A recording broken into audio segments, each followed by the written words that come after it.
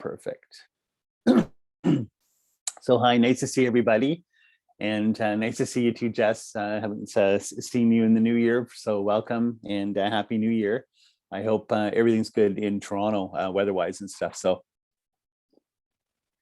I've got my Balzac's mug from, where is this one here? From Niagara on the Lake, which is, I love that coffee. So that one was a really good one. When we go to Niagara on the Lake, I really like going there, especially in the summertime.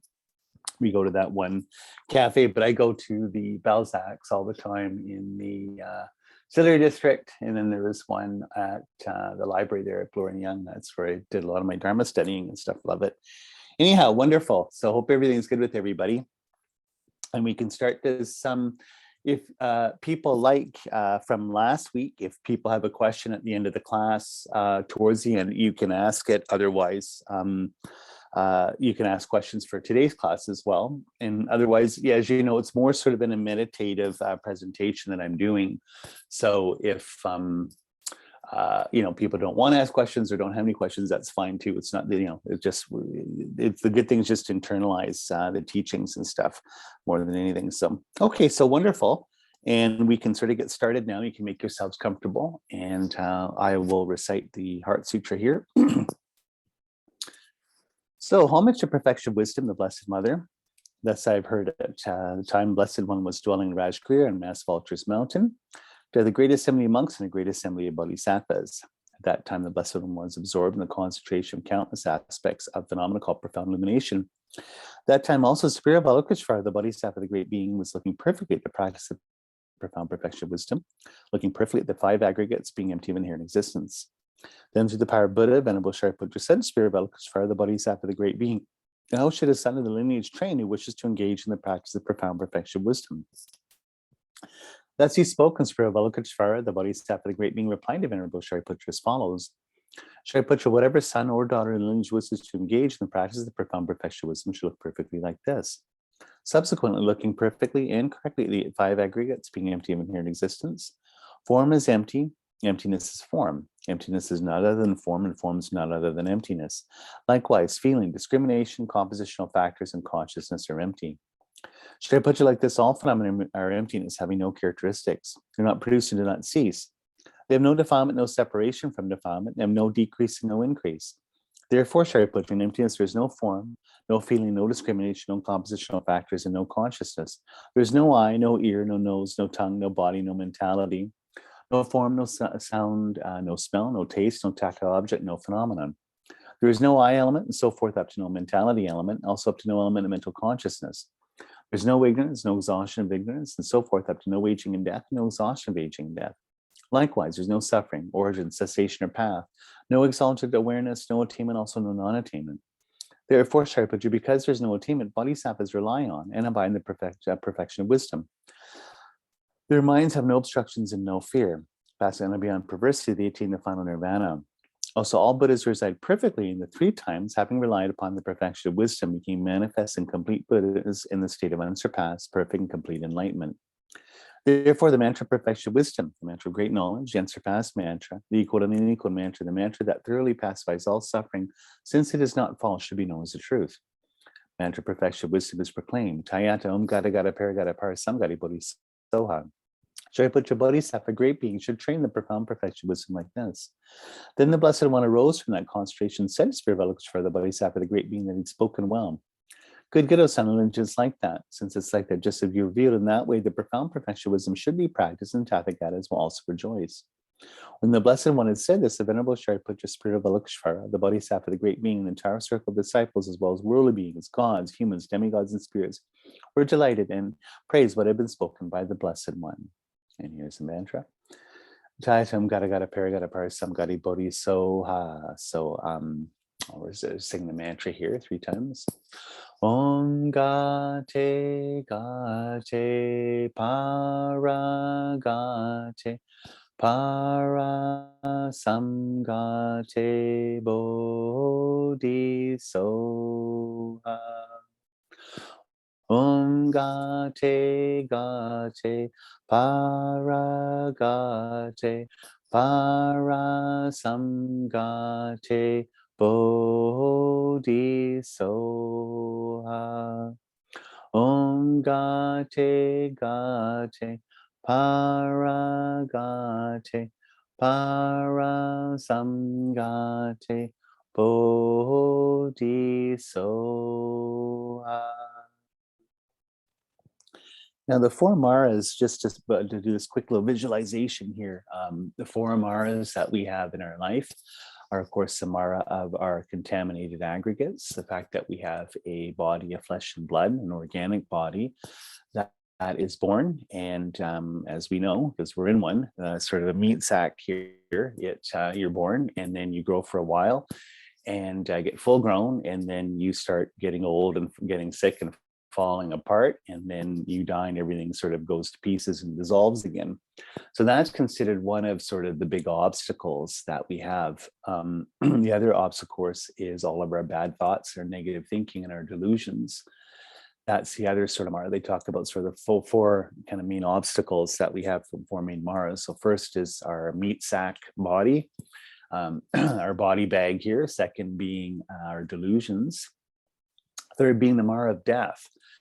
And death anxiety and everything around death that occupies our mind and creates great amount of anxiety and fear and everything else. And anytime we could die, as I always say, the time of death is uncertain, and the sort of circumstance of your death are. And when you die, you leave everything behind. You're right in the middle of something different, self projects, and then all of a sudden it's all over. So that's the other mara. And then finally, there is what they call Devaputramara, and that's sort of a little bit more of a difficult thing to talk about, a little bit more complicated. We could save it for another class. But basically, it's Devaputramara is sort of your mind, especially nowadays, we can see this being distracted and always being diverted or wanting to divert yourself.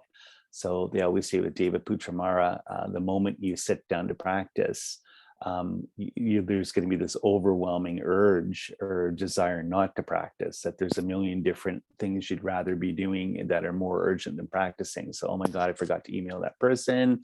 Oh, I forgot to whatever, update Instagram, or, you know what, I feel I should get that lunch going. Maybe I should go to the co-op to pick up groceries for mom tonight, And even there can be the distraction of your mind being sort of dull. So this is a famous one we always joke about, Christine and I, where you're completely fine and you sit down and you can't concentrate, you're tired. And so you're like, oh my God, I can't meditate. I've got this hour to meditate. I'm sitting down like this and I'm just no energy. So you say, okay, well, I'll meditate tomorrow. Then you get up and all of a sudden your mind's super clear and motivated. You're going out shopping. It's like, well, wait a minute, I was tired, and how come I'm not tired anymore? It's basically like a delusion in your mind, an obstacle to practice. So that's Devaputramara.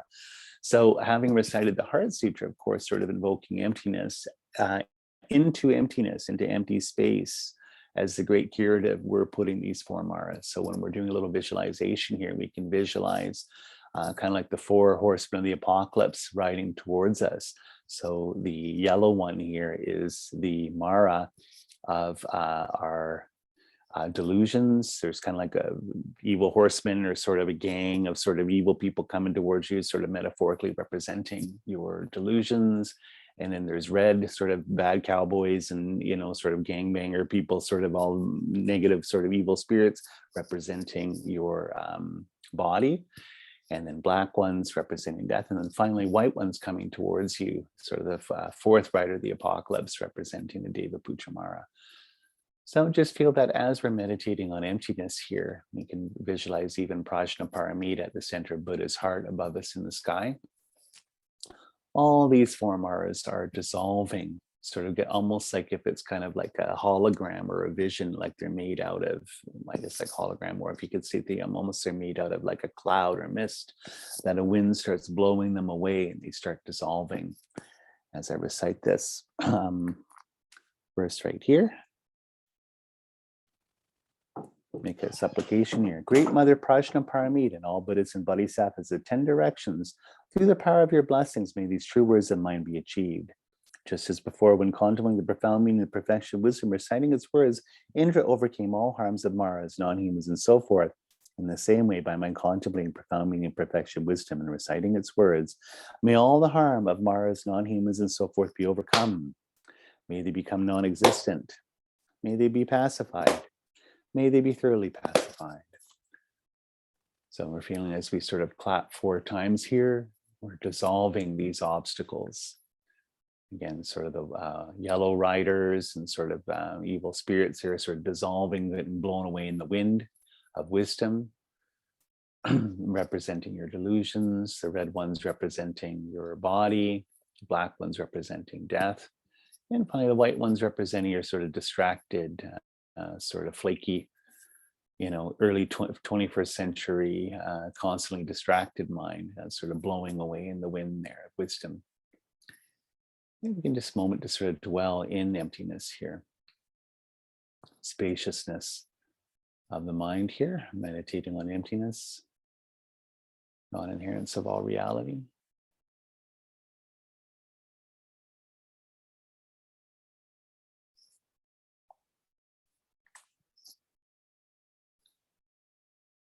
Slowly out of emptiness, and it's a little bit different here today. It's just doing again in Lagema, the hundreds deities land of joy, which I'll lead everybody through here in visualization. A little bit different than Lama Chopa. It's the other sort of guru yoga practice that we have.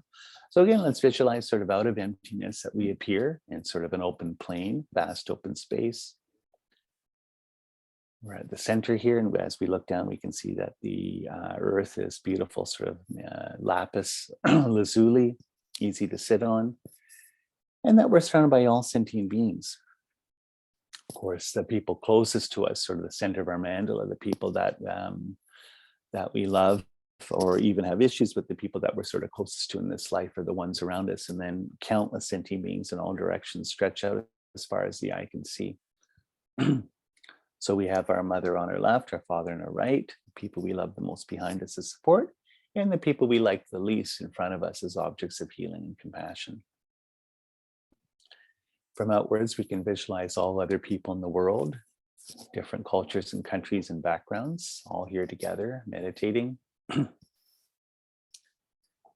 Countless animals from all the different animal realms and ecosystems. Sort of almost, I wouldn't say an infinite number, but we know how many animals there are in the world, from tiny little bugs all the way up to big mammals and so forth.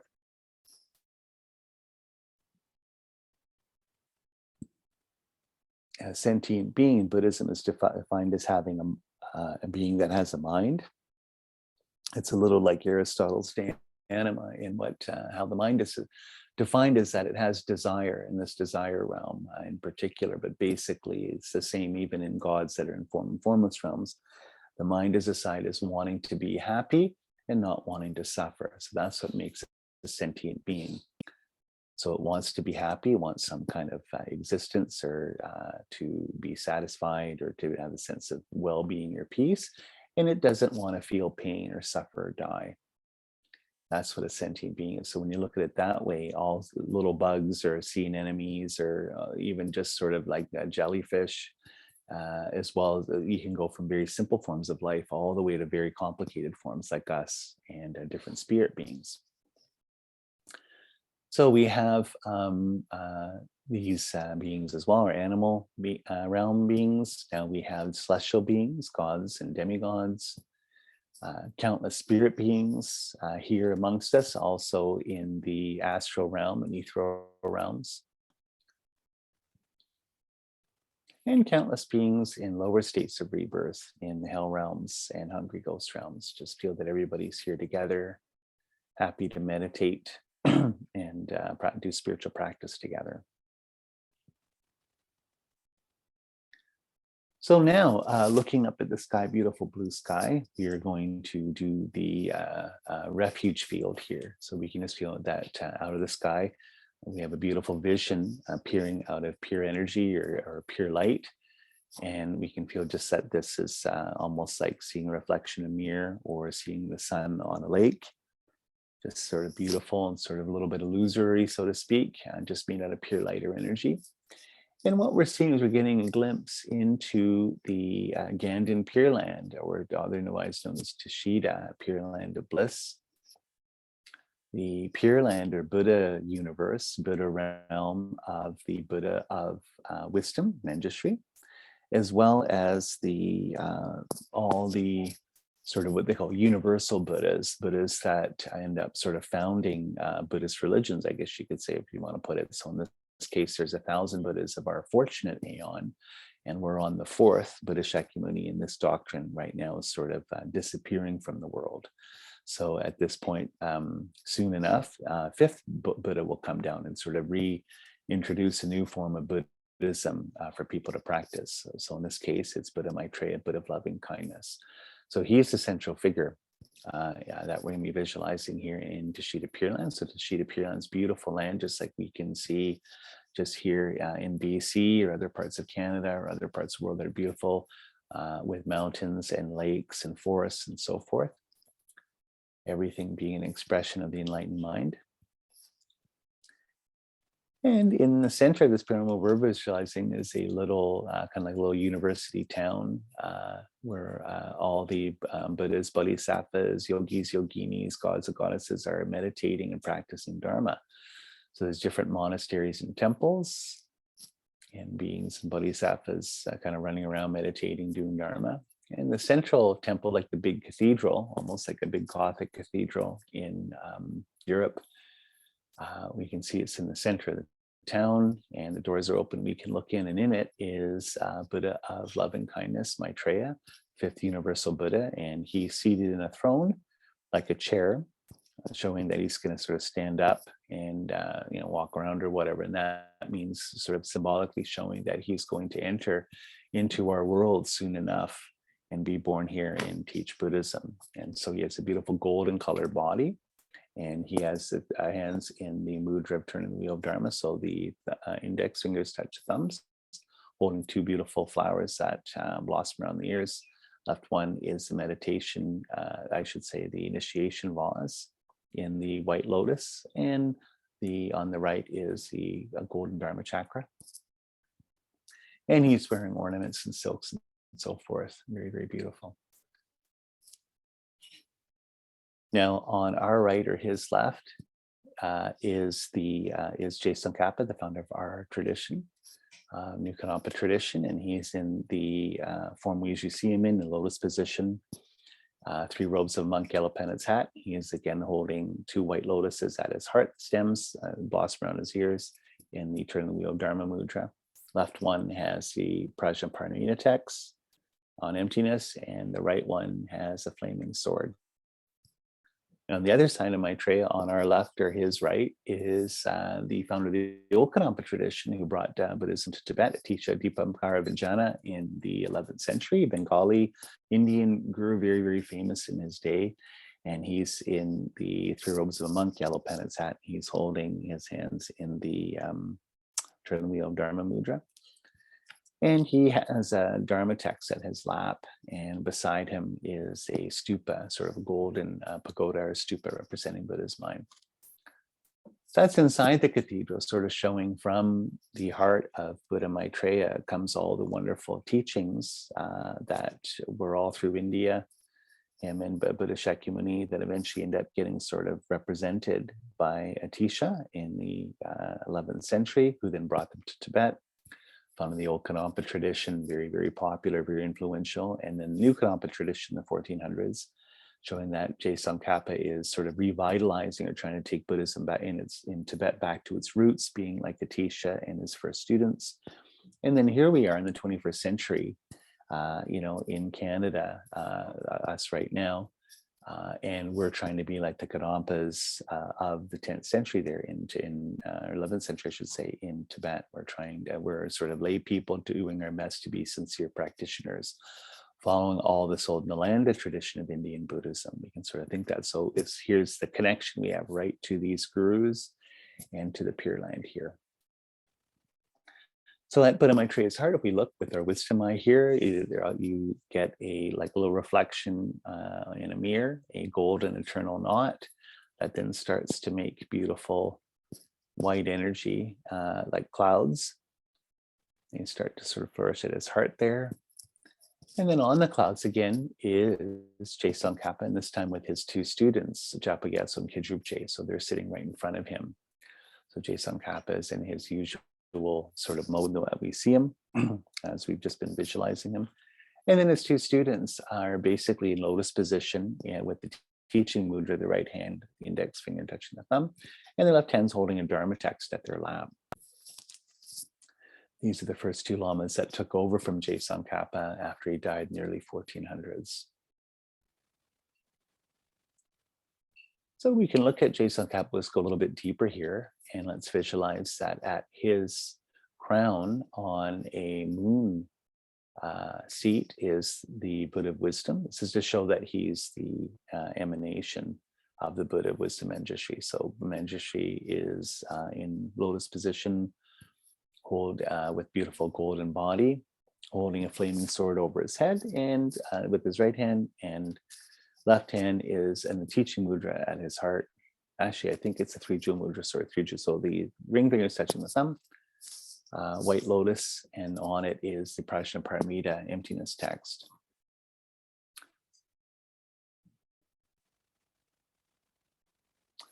And at his heart, at his throat, I should say, on a red lotus is the 4-armed white Buddha of compassion, Avalokiteshvara, Chenmo, in his form. So he's in lotus position, white colored body with a little antelope, almost like a little cardigan really around his neck. And he's holding at his heart, his first 2 arms are holding a jeweled, multicolored jewel representing awakening mind, or Bodhicitta. And then his other 2 hands behind him, left one's holding a white lotus and right one's holding a crystal rosary. And now at a sun disk, yellow sun disk at Tsongkhapa's heart, let's visualize Buddha of power, Vajrapani. So he has a dark blue body, almost black, and he's on fire and he's burning. And he's got a little tiger skin loincloth, kind of like Tarzan, and he's got wearing multicolored snakes, representing sort of his power over the Maras or negativities, Nagas in particular. And he's holding in his right hand a golden dorje up to the sky in the Raffle mudra, which is sort of the heavy metal mudra that we all see, sort of the index finger and pinky finger held up. And his other hand, his left hand's at his heart, and the threatening mudra is holding a noose. Well, actually, I guess like a noose. It's representing binding, sort of binding or controlling, subjugating negative energy. So that's at Tsongkhapa's 3 places. We can also visualize if we go a little further than that, and we can see that at the heart of Manjushri, Avalokiteshvara and Vajrapani is Buddha Shakyamuni's higher form, Conqueror Vajradhara, a beautiful blue body, sapphire blue in lotus position with his arms crossed at his chest with a bell in his left hand and dorje or Vajra in his right, wearing a crown. Sort of that's Buddha's higher tantric form, sort of angelic form. So now on our left, or Tsongkhapa's right, is Chapa Gyatso, Gyatso, another name for him, meaning regent. He's sort of the first teacher that took over from him after he died. And we can visualize that he was seen as an emanation of Avalokiteshvara, Buddha of compassion. So formed white Avalokiteshvara is at his heart. And again, Vajradhara is at his heart. So it's 3 beings there together. And on the other side, our right, or Tsongkhapa's left, in the clouds there, is Kedrupche, sort of looking, they always have him looking kind of straight at you with sort of like this intense look, showing that he is an emanation of Buddha power. So we can visualize Vajrapani at his heart. And then at Vajrapani's heart, Vajradhara again. So looking up the sky, us and all sentient beings, we're all sitting here looking up. It's like we're watching a movie, and there's this beautiful vision of Dashita Pure Land, like this beautiful natural environment, like being up in Northern Ontario or BC. And then in it, we're visualizing all these beautiful Buddhas, and in particular, Buddha of loving kindness. And at his heart is our 3 teachers here. So just taking refuge from our heart, we go, I and all sentient beings, until we achieve enlightenment, go for refuge to Buddha, Dharma, and Sangha. I and all sentient beings, until we achieve enlightenment, go for refuge to Buddha, Dharma, and Sangha. I and all sentient beings, till we achieve enlightenment, go for refuge to Buddha, Dharma, and Sangha. Through the virtues we collect by giving other perfections, may become Buddha for the benefit of all. Through the virtues we collect by aim of the perfections, may we become the benefit of all. Through the virtues we collect by aim of the perfections, may we become a Buddha for the benefit of all. Just reciting this. From the heart of the protected hundreds of deities of joyful land, to the peak of a cloud, which is like a cluster of fresh white curd, all knowing Losang Drapa, king of the Dharma, please come to this space together with your two chief disciples. In the space before me in line from Losa Moon, the Venerable Guru smiled with delight. Supreme field of merit from my mind of faith, please remain for 100 aims to spread the teachings. So as we do say this, at this point, we feel that the clouds are coming closer. So it's almost like from Maitreya's heart, it's like if you roll out a yoga mat, it sort of comes towards you, or almost like a little crane is coming, I guess, sort of like extending out. So right now the clouds are coming. So now we can just feel that Tsongkhapa, Japa Gyatso and Gedrupchi are very close to us. They're just in the sky, just above us and in front of us. And then it's kind of like a little line or a connection, almost like a spider web. What would be thicker than that, of course, with the clouds, but just going back right into Maitreya's heart. So this is the interface, just this is almost like a little bridge, like a rainbow bridge to the Pure Land, these two worlds of our sort of samsaric world and this Pure Land meeting. And the bridge to them are these beautiful clouds connecting Tsongkhapa to Maitreya and connecting us to the three gurus here. Your minds of wisdom realize the full extent of objects of knowledge. Your eloquent speech is your armor of the fortunate. Your beautiful bodies are ablaze with the glory of renown. I prostrate to you whom to see, to hear, to remember so meaningful. Pleasing water offerings, various flowers, sweet smelling incense, light scented water, and so forth. A vast cloud of offerings, both set out and imagined, offer to you, supreme field of merit. Whatever non-virtues of body, speech, and mind have accumulated since time without beginning, especially transgressions of my 3 vows, with great remorse I declare each one from the depths of my heart. In this degenerate age, you still for much learning and accomplishment. Abandon the worldly concerns, you made your leisure and endowment meaningful. Protect her from the very depths of my heart and rejoice in great weight of your deeds. Billowing wild clouds of wisdom and compassion, the space of your enlightened minds, Venerable Guru, holy gurus, please send down a rain of vast and profound Dharma appropriate to the disciples of this world. May your Vajra body, created from the purity of clear light, free of the rising and setting of cyclic existence, but visible only to the ordinary viewer, only in some subtle physical form, stay on unchanging without waiting until samsara ends. Through the virtues I've accumulated here, may all teachings, all living beings receive every benefit, and especially may the essence of the teachings of Lama Tsongkhapa shine forever. Okay, so holding in our heart, we've done, those are the 7 limbs there where we've done prostrations, we've made offerings to the gurus in the Pure Land here. We've got sort of confession, or declaring our negativities, rejoicing in positive virtue, and then of course requesting all our teachers and the Buddhas to stay and to teach and then to dedicate. So sort of accomplished our sort of the foundations of our Buddhist practice now. So now in our heart is another offering. We are going to offer the mandala. So looking down at our heart, holding up, we're visualizing the purified universe we're holding in our hands. And you can do this as the Vedic universe if you want, with Mount Meru and the 4 continents and all the precious substances or sort of possessions of a Chakravartin emperor and empress, if you'd like. Or just in a sort of general way, visualizing the universe being absolutely pure and beautiful and good. So all the sunsets and rainbows and beautiful things that produce happiness and bliss to all beings. Holding this at our heart. This mandala is built on a base resplendent with flowers, saffron water, and incense, adorned with Mount Meru, the 4 lands, sun and moon. By offering this pure mandala to you, assembly of Buddhas here before me, may all living beings experience pure happiness and be reborn in pure lands. Om Anam Guru Radha Mandala Kam Nirtiyami. I send forth this jeweled mandala to you, precious gurus. Now let's just recite the mantra here, Tsongkhapa's mantra. We can visualize now that there's from the hearts of the 3 gurus, Tsongkhapa, Japa Gyatso, and Gedrupchi. We can visualize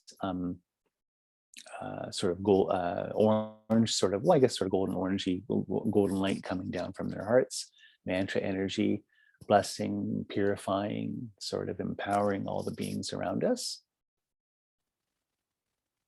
And within that light, so it's just like a beautiful sunlight, coming out. So you can visualize sort of a cloudy day, the clouds open and then sunny beams of sun coming down. But at the same time, within those sun, if you visualize almost like little flecks or sunbeams, or you could have it where it's sunny, but at the same time as you're getting snow flurries a little bit, that kind of thing. We can visualize that there's little symbols in the light representing the sort of 8 wisdoms here of sort of clear wisdom and profound wisdom, quick wisdom, profound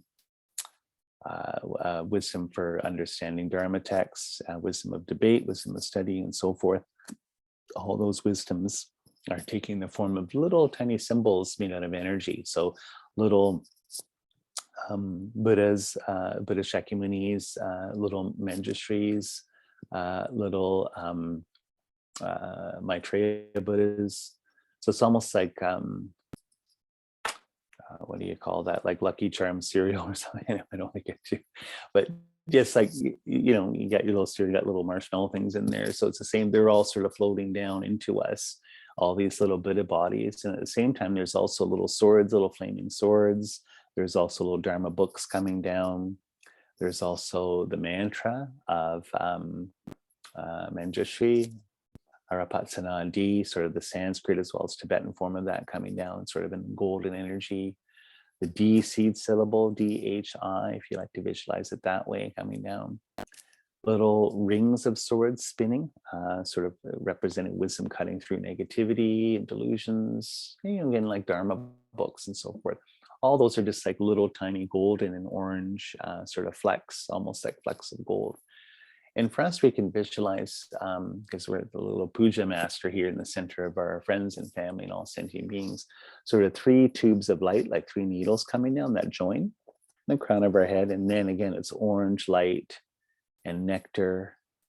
And again, like these little sort of flecks or little symbols going into us, granting us these wonderful wisdoms. Again, wisdom to really see the teachings clearly, embody them, especially teachings on karma and emptiness. Quick wisdom to be able to understand things quickly, sort of clear wisdom to see them clearly, profound wisdom to understand really the profound depths of the teachings, in particular to have experiences of them when we're meditating, and then wisdom to again, to write Dharma books or articles or even emails to your friends and family and Sangha, to study, to even debate if someone wants to, whatever, over Thanksgiving dinner, debate Buddhism with you, and you can debate back and sort of help do the teachings to them, help them see things clearly. All this is sort of going into our body, filling it up, making it just sort of beautiful gold and sort of light, full of energy. It's a long mantra of Tsongkhapa, which is the Avalokiteshvara, great treasure of unobservable compassion, and Manjushri, master of flawless wisdom, and Vajrapāyana, lord of the secret, destroyer of hordes of Mars without exception. Tsongkhapa, crown jewel of the sages, land of snows, losing drop and make request to your lotus feet. I'm singing. Mig me se wei ter chen chen rei zi. Dri me kien pe wang po jam pao ya. Du pung ma lu jom se sang wei da. Gan chen ke pe sung kien song ga pa. O Sandra Pe Shabla So Wa Den. Mig me se wei ter chen chen rei zi. Dri me kien pe wang po cham pao ya. Du pung ma lu jom se sang wei dan. Gan shen ke pe sun ken song ka pa. Lo sandra pe cha bla so wa de. Mig me se wei ter chen chen rei zi. Vi me ken pe wang po jam pel yan. Du pun ma lu chom se he sang wei dan. Gan chen ke pe sung kien song ka pa. O Sandra pe sha bla so wan day. So again, just all this energy, blessing light coming down, blessing nectar, blessing all sentient beings filling us up. Again, you're Avalokiteshvara, a great treasure of unobservable compassion. Manjushri, master of flawless wisdom. Vajrapani, lord of the seeking, destroyer, hordes of Mars without exception. Tsongkhapa, ground jewels, sage of the land of snows. Losandrap, and make requests at your lotus feet. And the short mantra is Om Guru Vajradhara Samadhikirti Siddhi Hum. Om Guru Vajradhara Samadhikirti Siddhi Hum. Om Guru Vajradhara Samadhikirti Siddhi Hum.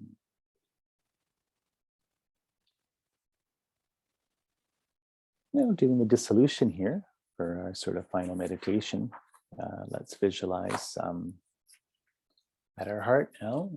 We have sort of our bodies a little more hollow. We have a central channel, which is like a big straw made out of white, almost transparent energy, center of our body. So it's kind of like a hollow body. And then there's this one sort of pipe coming down just in front of where our spine is. And then in our heart chakra, where it sort of terminates in this visualization, let's visualize a 8 petaled lotus about the size of a coin, about a quarter or so, made out of beautiful sort of white energy or light. And on it is a flat, round white moon disk. Looking at up in our merit field here, the beautiful sort of vision of Dashita Pure Land. Let's start to dissolve it here. So first of all, Dashita Pure Land starts to sort of melt into white light. All the different beautiful sceneries and temples and so forth start to melt away and dissolve into Buddha Maitreya. You visualize that beside him, Tisha and Tsongkhapa dissolve into Maitreya as well. And he becomes sort of beautiful ball of golden light, sort of like a sun in the sky. And he starts to come down, sort of dissolving all the clouds as he comes, and then dissolves into Tsongkhapa. All the clouds Tsongkhapa and the Guru and his students are sitting on melt into light. You can feel that Japa Gyatso and Kejupche start to melt into light, and they dissolve into Avalokiteshvara and Vajrapani respectively. And then they dissolve into Vajradhara at the center of their hearts. And the Vajradharas become little blue balls of light and go melt into Tsongkhapa. And we can visualize that Tsongkhapa's crown, Manjushri melts into light, goes down into Avalokiteshvara. At its throat becomes white light, and then dissolves into Vajrapani blue light at his heart. And then the rest of them from above and below sort of dissolve into his heart. So now there's only Vajradhara in the sky. Seeing that all these gurus and all these Buddhas ultimately are Buddha Shakyamuni's higher angelic form of Vajradhara. And Vajradhara represents our own Dharmakaya wisdom, our mind, which is just bare cognizance, bare awareness, or a sheer openness to the world, meditating on emptiness, which is like space. It's just the non-inherence, or basically lack of substantial existence of all beings, which is just itself like empty space. It's just a negativity or an absence. So space and space, and that's sort of representing sort of luminous space, but at the same time felt at the heart. So that's what's represented by this beautiful figure of Vajradhara, sapphire blue Buddha in the sky, shining like a blue diamond. And he comes down to the crown of her head, sort of turns around facing the same direction. And he gets really small, about the size of, again, like I would say, you can visualize him as a mustard seed or sesame seed or as a sunflower seed, almost like a little jewel you'd have in your ring. And now we enters the crown of our head, enters our central channel, and slowly starts to descend until he sort of ends at the center of that lotus, and then the lotus starts to close. And as it closes, everything sort of melts into light at your heart.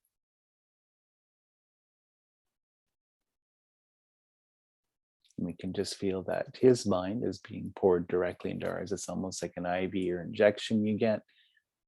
Sort of all energy, light, wisdom, spiritual qualities always going directly into our heart, our mind, our soul, directly right here.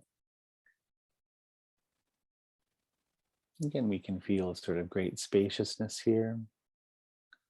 Bliss, a sense of inner peace and satisfaction. Bliss, like Lama Yeshe says, an experience of totality or being one with everything.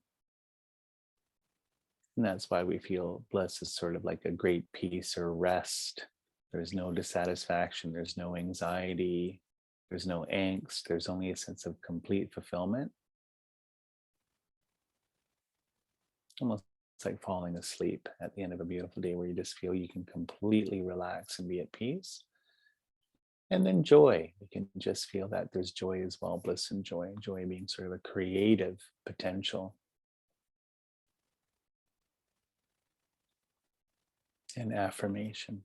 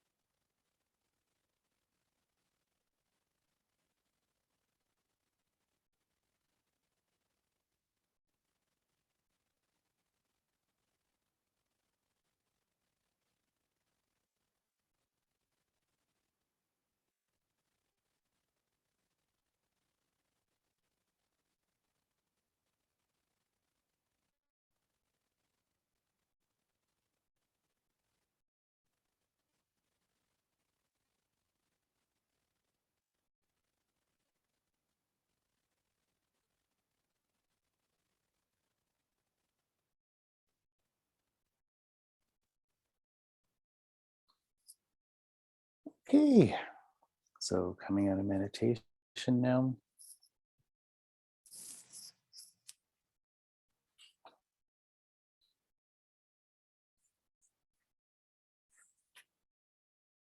So I forgot to recite these verses. We'll just close and just sort of just feeling that our Guru, our precious Buddha is at our heart. We can just for auspicious to recite this.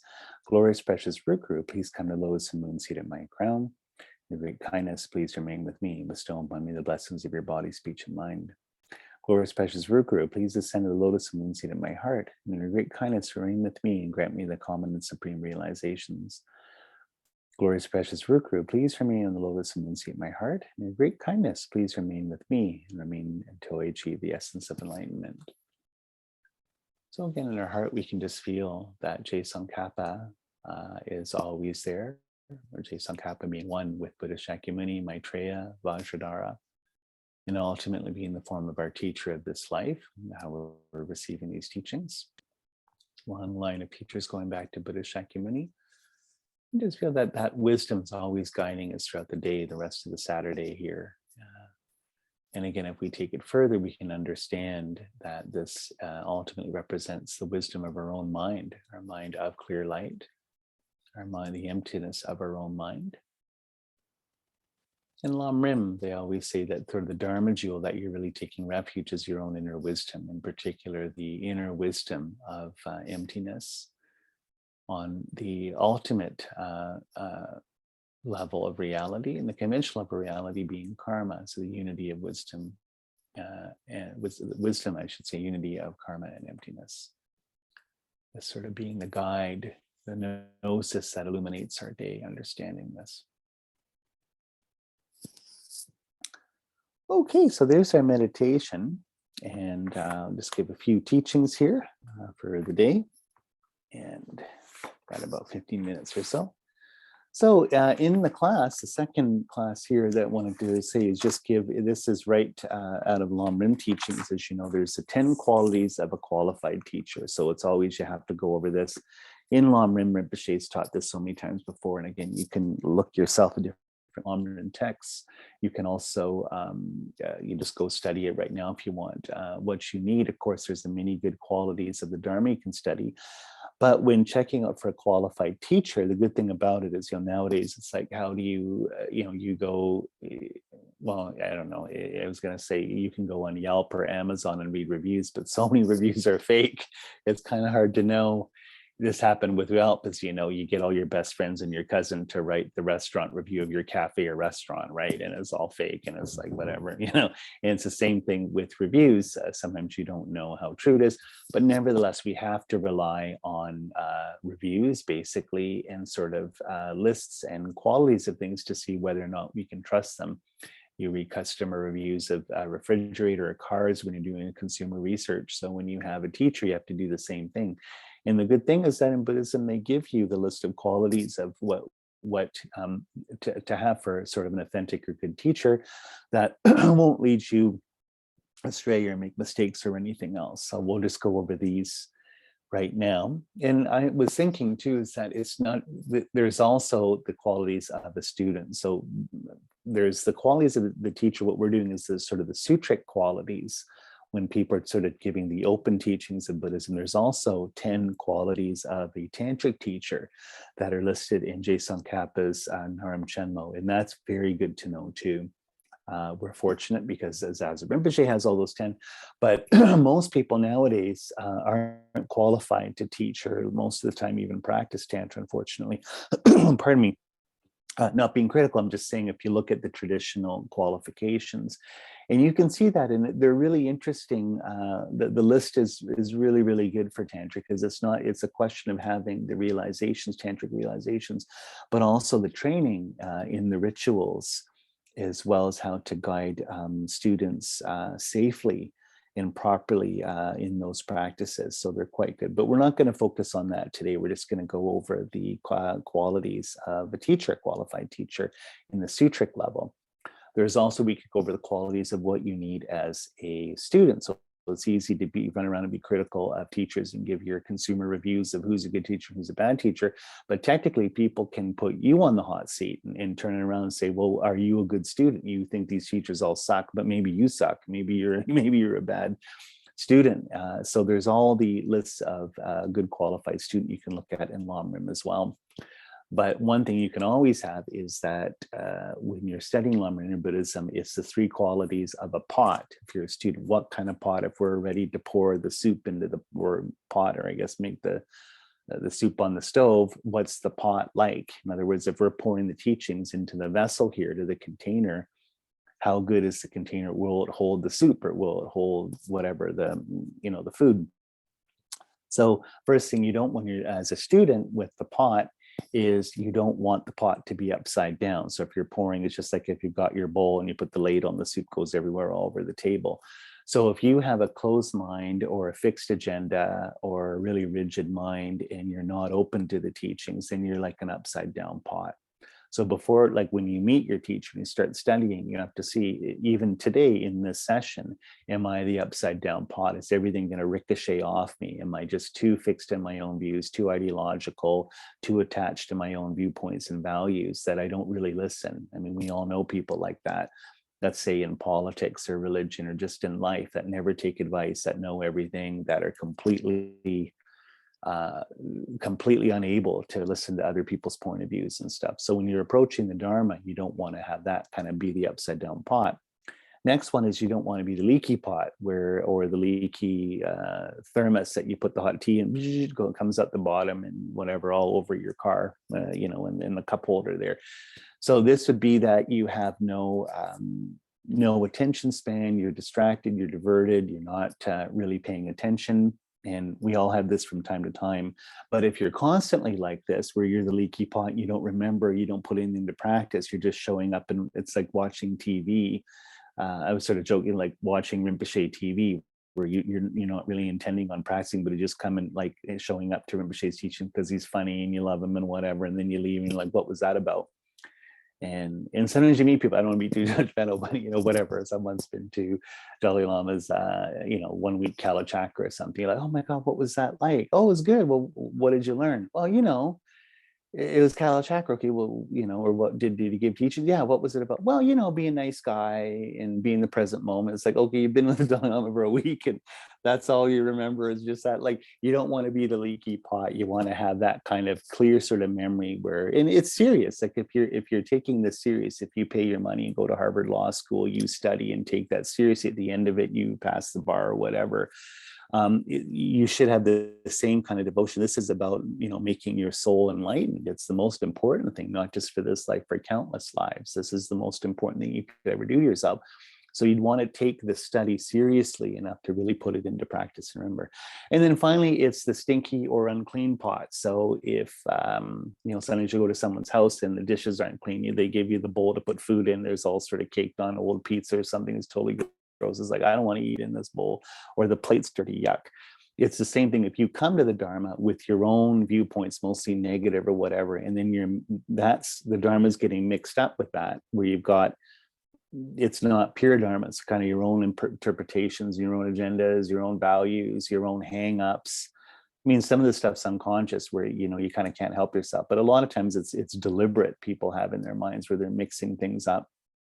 You can see this, unfortunately, with all religions, is where people mix in their own personal political agendas, for instance, their own interests that way. And you just think, okay, how much is this Dharma, and how much is this just Matthew's own idiosyncratic issues and hangups and stuff? So that's kind of like the dirty pot.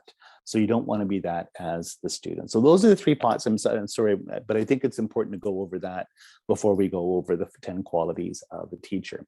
So why I'm also saying about the 10 qualities of a teacher is that one day in the future, if not in this life, you will be a teacher yourself. So in the future, every time you're practicing Dharma, all the people around you, there's slowly the karma being created where when you get enlightened, that mandala of all the people and you're close to, they're going to be your first students.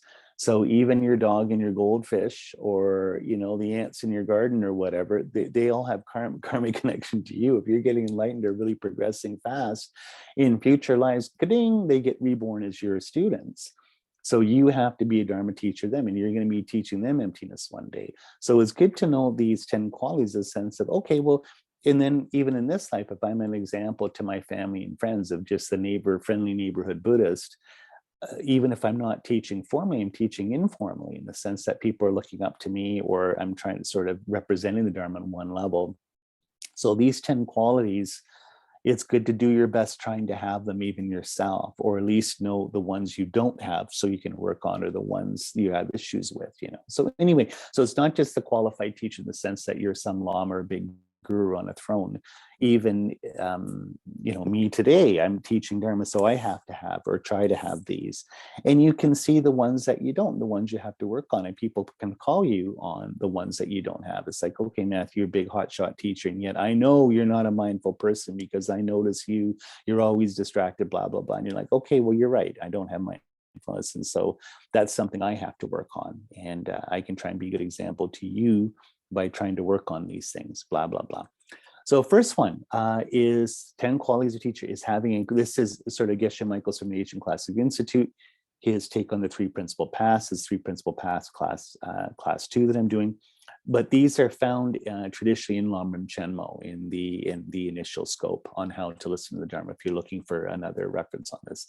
So it's his one. So first one is having a tame mind. If you are a teacher, your mind has to be tamed. Her Eminence Khandro Rinpoche told me over 20 years ago in India, I've never forgotten it, Matthew, you have to be different and better than normal people. And I've always remembered that.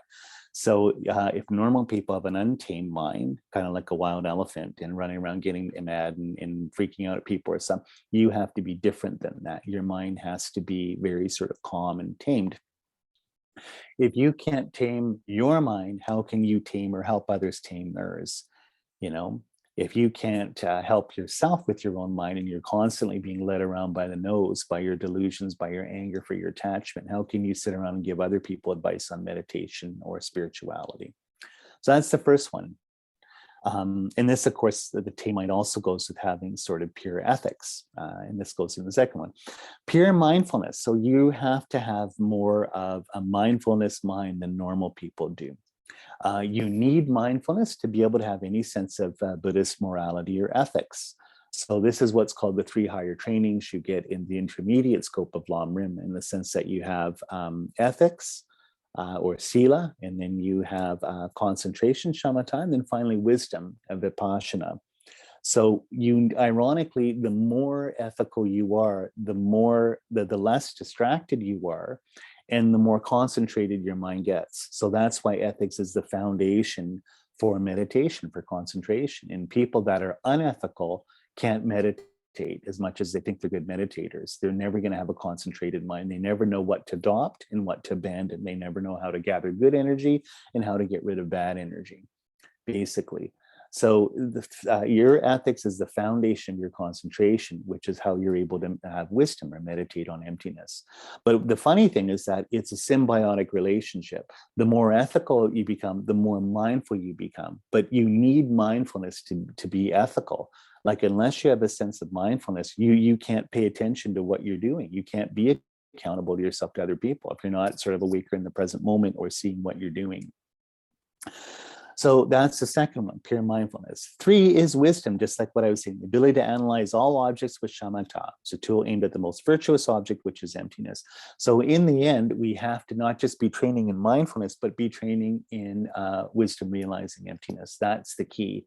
Many people can just be concentrated even at your work. If you're like in a lab looking at a microscope and concentrating, I have to concentrate at work, for stuff when I'm a flight attendant, this and that. So it's not just about having mindfulness, concentrated mind. Ultimately, we have to take that mindfulness and use it to meditate on emptiness. So wisdom is the third one. You have to be training in wisdom or have a proper practice of wisdom.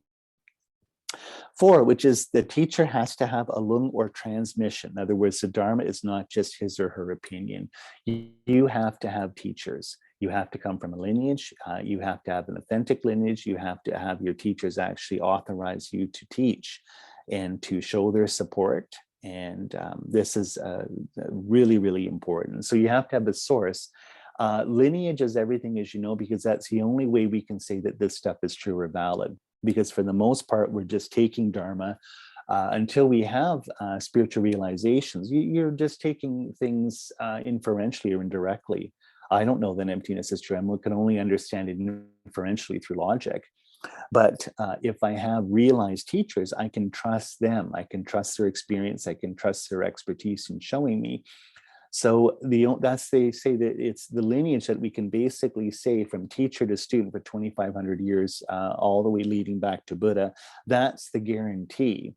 So it's almost like a family business. This lung transmission is like, oh, this Italian restaurant has been here 100 years. It must be good, because if it sucks, it would never be open that long, right? Like, we have a lineage, or, they used to say in products of this alcohol's been around 150 years or whatever. This kind of the car maker, we've been making cars for 80 years. Like, we know what we're doing. We have the expertise. So this lineage, you have to have it. And it's a simple thing I always do. And I don't do this to be a jerk. I know I come off sounding like a jerk when I say this, but whenever you meet some Buddhist teacher, we always talk, but you just check and who's your teacher? It's a simple thing. And if someone has a lineage or expectation, they can tell you right now, oh, I've studied in this lineage. Nowadays, who's your teacher? Oh, Wikipedia or whatever, or online, or I read something. And you're thinking, well, that doesn't mean they're a bad teacher. They might even have realizations. But the point is that it's hard to know. You don't really know. And then it's the question of, do I invest in this person? Do I hang around with them to 5 years only to find out that's like, they're really limited, or they don't really know what they're talking about. So if you have the lineage transmission, it's authenticated. It's why we have degrees in university, why I can't just say I'm a lawyer or a doctor. I'm a doctor. I went to a weekend workshop at this hotel, so I can do brain surgery now. It's like, oh, really? Can you? why you go to school and have all the training and have your little certificate. So my teacher, Venerable Saring David Gonzalez, it was very sweet. He had permission to teach from his teacher. In particular, give tantric empowerments, everything, even his Holiness Dalai Lama gave permission, which is great. But he had the letter framed on the wall like a diploma.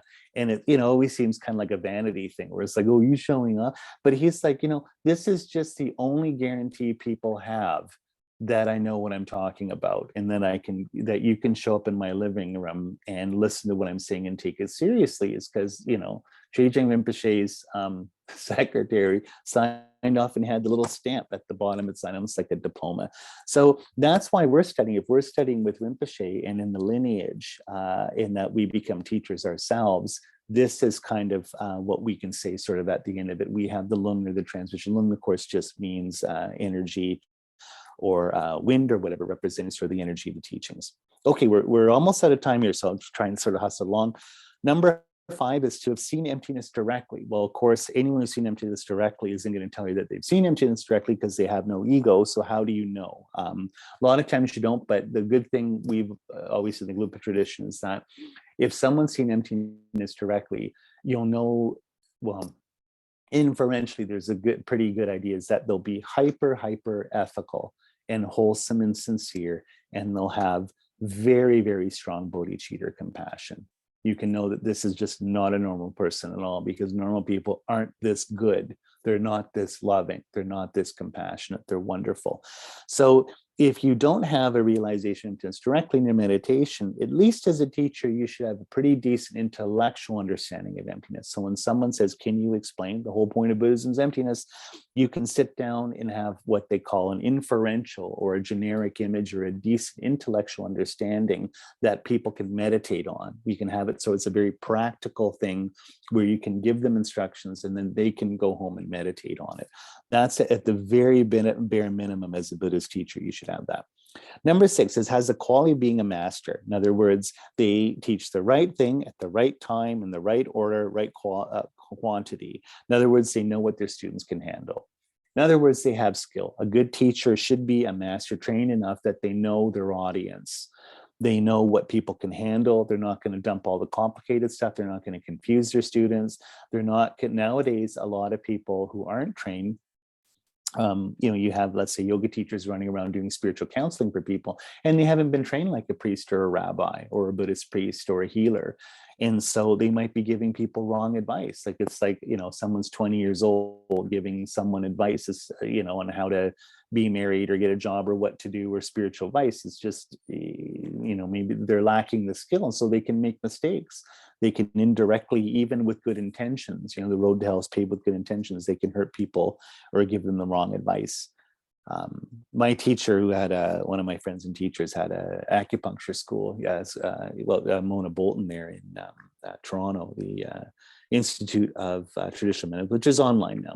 But she always said what was funny is she'd get these requests for people would write her and say, can I come and teach at your school? I'm going to teach shamanism and acupuncture and Tibetan Buddhism or something. She's like, oh, that's great. And the first thing she'd say, how old are you? And they'd say 18. Absolutely not. You're not coming to teach. Without being cynical, but just like, how can you be any good when you're that young? Like, whereas if you're 60, I'm in train, just like a doctor. If you're just a new resident, and if you're the new resident right out of school, okay, I'm doing complicated brain surgery on you, might be like, hey, hang on a minute, I want the real good doctor who's been doing this for 20 years, so they don't just like stick a scalpel in my head and whatever, make me a vegetable. So that's that. And then quality of really being trained in a master. And then the other qualities we can just finish up on, good qualities. They have better qualities in their students. The teacher has to be more knowledgeable and a better person than the students. Otherwise, how can they lead? The teacher always has to be better students, because you want the students to overcome the teacher, to step on their shoulders and move up. So they have to be better than the students. Otherwise, what are they really? The students don't need to study with that person because they're not going to improve at all. Then the last two you can see is that they should be motivated by love and compassion, that they should have good effort, and they should have patience. So basically, be motivated with love and compassion, not the 8 worldly dharmas where you're doing it for money, you're doing it for fame, you're doing it to have comforts or pleasure, or doing it so people are nice to you or say good things about you. None of your teaching should be caught in the 8 worldly dharmas. within that. So your attachments, you shouldn't have those kinds of attachment to worldly things. It really, really should be a selfless vocation that you're doing. And with good effort, you should always have a joyous effort, be happy, even when times are hard. As a teacher, it's a full-time job. I was just, keeping on the time here. And having patience with your students, never to get angry at your students, even if they drive you crazy, and to always be putting your students' welfare first before your own. These are all sort of a little bit easy, but I know I was just talking to my friend yesterday. We went out for coffee, and we're talking about Rinpoche, how amazing isn't it? And we were talking about, the job of being a real Lama. And my one friend who stayed with a lot of First Nations elders said that they have a great idea in First Nations tradition that when you're a healer, a shaman, and they say, when you're trained and qualified and you've been chosen, the spirits choose you and the community chooses you, they say that you are, quote unquote, public property, not private property, in the sense that the community owns you. And so you're selfless. So if someone shows up at midnight on a Tuesday night because they're sick and need counseling, you can't say, sorry, I can't do it. I want to go to bed, or you caught me right through. I'm watching this Netflix series, come back tomorrow. The person comes first, and no complaints, completely patient. So it's the same thing where you might be having dinner and it's like, oh my God, you have to come, someone's dying. You have to do the last rites or do some shamanic soul retrieval or something. And you're like, okay, this is it. The people come first. Like, you don't want to be codependent and completely sort of unskilled, because then you get burned out or whatever. But there's that attitude of just that it's not about you, it's about the students or about the community. So that's I really, really believe that being a good qualified teacher, it's the same way. It's like your public property. It's not about you. So if teachers where it's all about them, usually that's a little bit of a red flag, Anyway, I'm sorry I've gone over by about 10 minutes there. I'm sorry about that, but just wanted to sort of get through the list. So I'll always try and be about an hour long here when I start, but sometimes I might go a few minutes over just for the sake of finishing the particular class. So I realize maybe if someone has a quick question, otherwise we can save it till next week. Or again, just on a private level, if you want, you can just email me a question or send me a text or something. So is everybody okay? Thumbs up on that? Yeah, for the most part? Okay, good. Okay, good. So anyway, well, thank you for coming. Let's just take a moment to dedicate our merit here. May everything that we do together, again, be dedicated and put towards the enlightenment, awakening, and healing of all sentient beings. And in particular today, just may we end up having these qualities of being a qualified Dharma teacher, that again, not for us to be rich and famous or anything, but as a way of serving all sentient beings and helping all sentient beings sort of earn, well, I wouldn't say earn, basically realize their birthright, their fundamental spiritual birthright, which is that their mind is empty and that the divinity is found within them. They just have to open the package. Okay, lots of love, and we'll be in touch. We'll see you online with Rinpoche stuff, and we'll see you next time. Okay, bye everybody. Thanks, Matthew. Mhm. Bye.